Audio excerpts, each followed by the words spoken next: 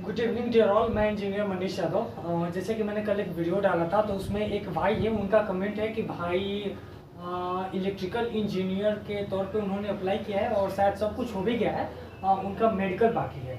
लेकिन ये प्रोसेस हटाते हैं। उनका कहना ये है कि इलेक्ट्रिकल इंजीनियर्स का इंडस्ट्री में मतलब क्या काम है, चाहे आरएमसी हो या फिर कंस्ट्रक्शन इंडस्ट्री में।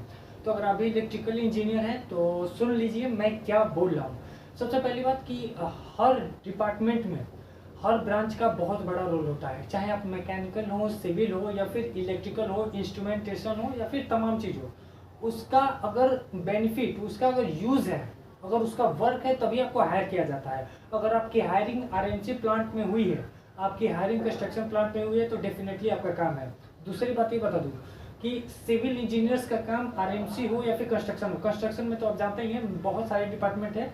कंस्ट्रक्शन का दूसरा नाम सिविल इंजीनियर होता है और आरएमसी में भी सिविल इंजीनियर का वर्क आरएमसी से रिलेटेड होता है। मतलब कंक्रीट प्रोडक्शन, उसको ट्रांसपोर्ट करना, उसकी क्वालिटी वगैरह देखना। बात करता हूँ इलेक्ट्रिकल इंजीनियर्स की क्या रिस्पॉन्सिबिलिटी है। पहली बात कि आजकल जो भी चीज़ें चल रही हैं बिना इलेक्ट्रिसिटी की नहीं चल रही हैं, ये बात आप दिमाग में रखिए। जैसे जैसे कंस्ट्रक्शन फील्ड में हो या फिर आरएमसी फील्ड में हो, जितना मतलब टेक्नोलॉजी आ रही है, जितना इम्प्रूवमेंट हो रहा है, ये सब टेक्नोलॉजी के दम पे ही हो रहा है। और टेक्नोलॉजी को बिना इलेक्ट्रिसिटी आप यूज ही नहीं कर सकते। तो अगर आप भी इलेक्ट्रिकल इंजीनियर हैं तो आप इस बात से बिल्कुल मतलब निश्चिंत रहिए कि मेरा कंस्ट्रक्शन में कोई काम ही नहीं है, या फिर आरएमसी में या फिर सीमेंट इंडस्ट्री में इलेक्ट्रिकल इंजीनियर का काम नहीं है।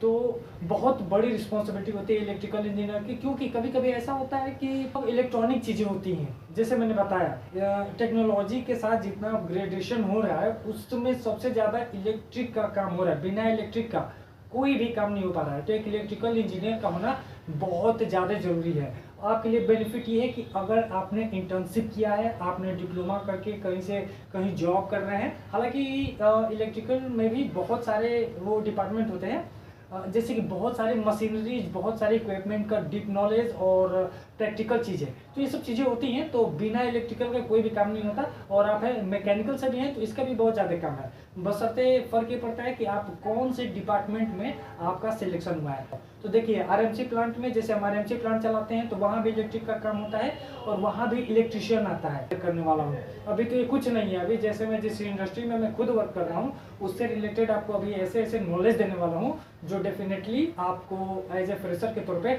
बहुत ज़्यादा हेल्प मिलेगी। उम्मीद करता हूँ कि मेरी वीडियो पसंद आई होगी। पसंद आए तो प्लीज़ सिविल की बात को लाइक करें, सब्सक्राइब करें और हाँ, कमेंट करना मत भूलिए।